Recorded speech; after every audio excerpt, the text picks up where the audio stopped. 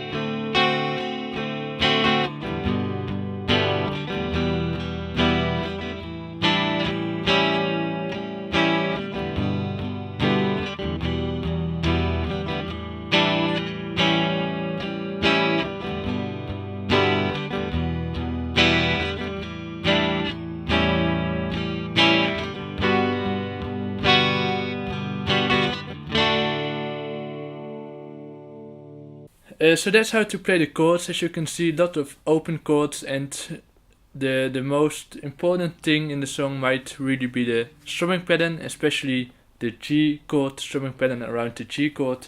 I will first explain a bit about strumming pattern and all that, and then I will show you the tabs. But first of all, the strumming pattern is really a classic Mac DeMarco way of strumming that he's doing, which isn't weird because he is Mac DeMarco, of course. But first of all, when he's playing the G, he doesn't really play the bottom two strings. You can play the especially not the open E. So he usually only keeps it to the G string over here. So the G chord is really, he only plays those notes, which he really does a lot. He also usually doesn't put his pinky on the third fret over here to make it a G, because he isn't really going there into these bottom strings. So that's why he's only playing the G like this, which might be a bit tricky to only play those chords. If you're having difficulty with that, just put your pinky over here, just play a full G chord. That also works. It's just a way of playing, really. It does sound a bit different. It does sound a bit more bassy when you're only playing the four lowest sounding strings. But yeah, that's how he does it. Only with the G string. With the other ones, he usually hits all the strings. Especially with the G, he only keeps it to the G string over here. So that is really important to know about playing the G string. Then the exact strumming pattern might be a bit tricky. It's also a very Mac DeMarco way of playing the strings, playing the guitar. What's really important that he uses a lot of bass notes and not so much the higher notes. So he really keeps closely to the E and the A string a lot, and then sometimes hits the other strings. So especially you can hear that very clearly with the G. As you can hear a lot of, and only sometimes,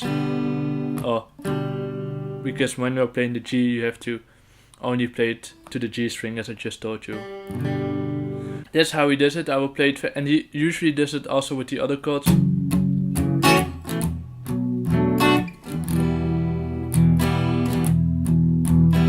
So sometimes you can hear that very clearly when he plays an open chord like this, or when he does.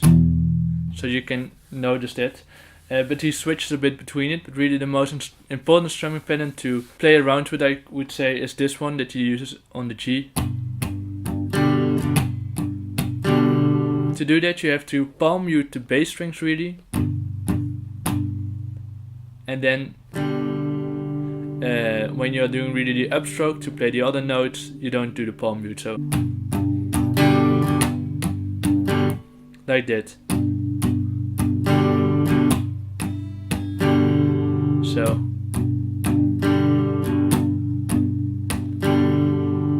it's a very specific way of playing these chords. So that's sort of how to play the strumming pattern. I was not playing it exactly like him. And why is that? Because that's just really difficult to mimic really the exact same strumming pattern. And it's also not that important because it might be very tricky to try to do this palm muting and then hit the upstrokes at the exact same time. But it's not really necessary because also Mac DeMarco doesn't always do it exactly like that. It's nice to play around with, especially playing around with the bass notes and the upstrokes. So doing the bass notes downstroking and doing the other notes with an upstroke, that's really most important when you try to do it exactly the same. But I will show you again very slowly how he does it exactly, and then you can try to do it like that, but you can also play around with it. So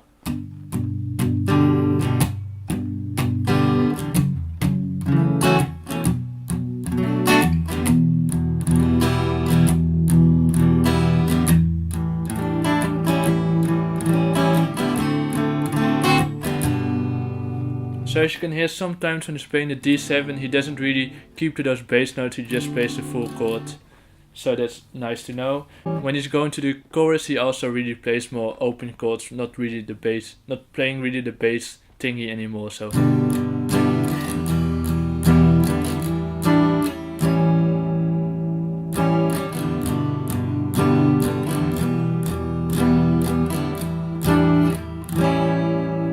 So like that, that's how to play the chorus. Again, you can play around with it, don't force yourself to do it exactly the same. That's ironically the best advice I can give you in trying to do it exactly like him, because then it sounds more natural. So that's how to play the strumming pattern and the chords really. Now I will show you how to play the tabs, the intro tabs, and then the chorus tabs.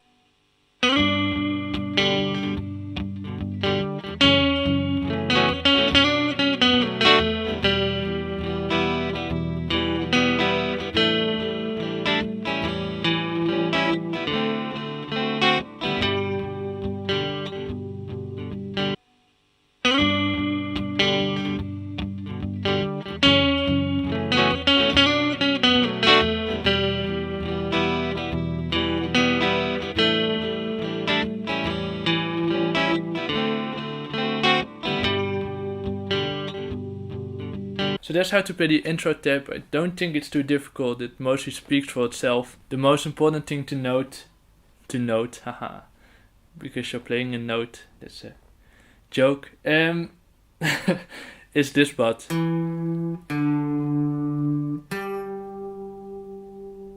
This. He does this really small,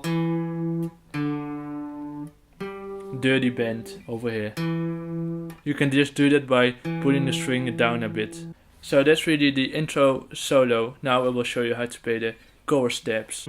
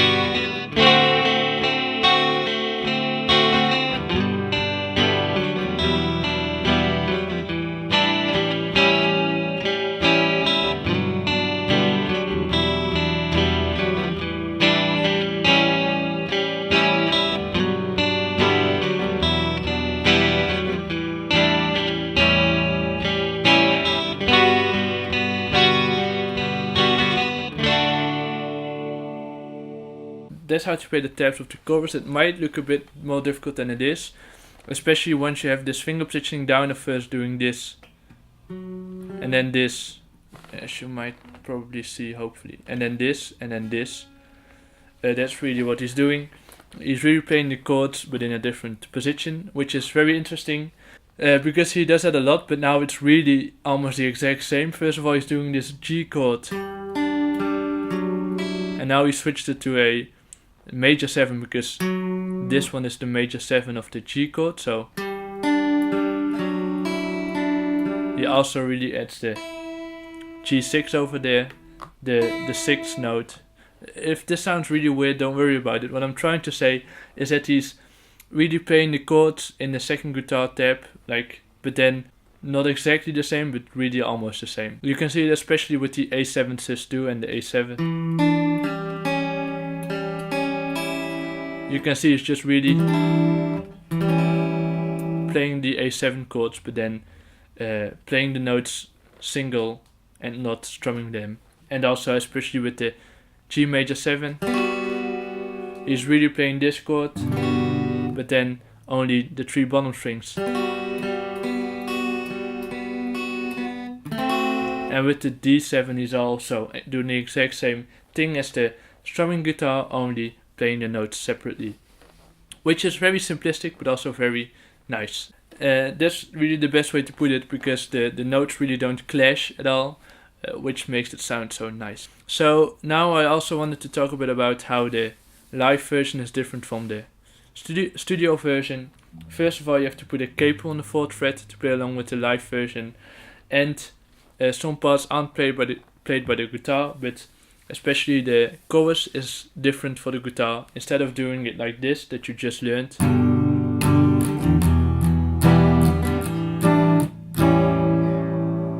you you're doing it like this.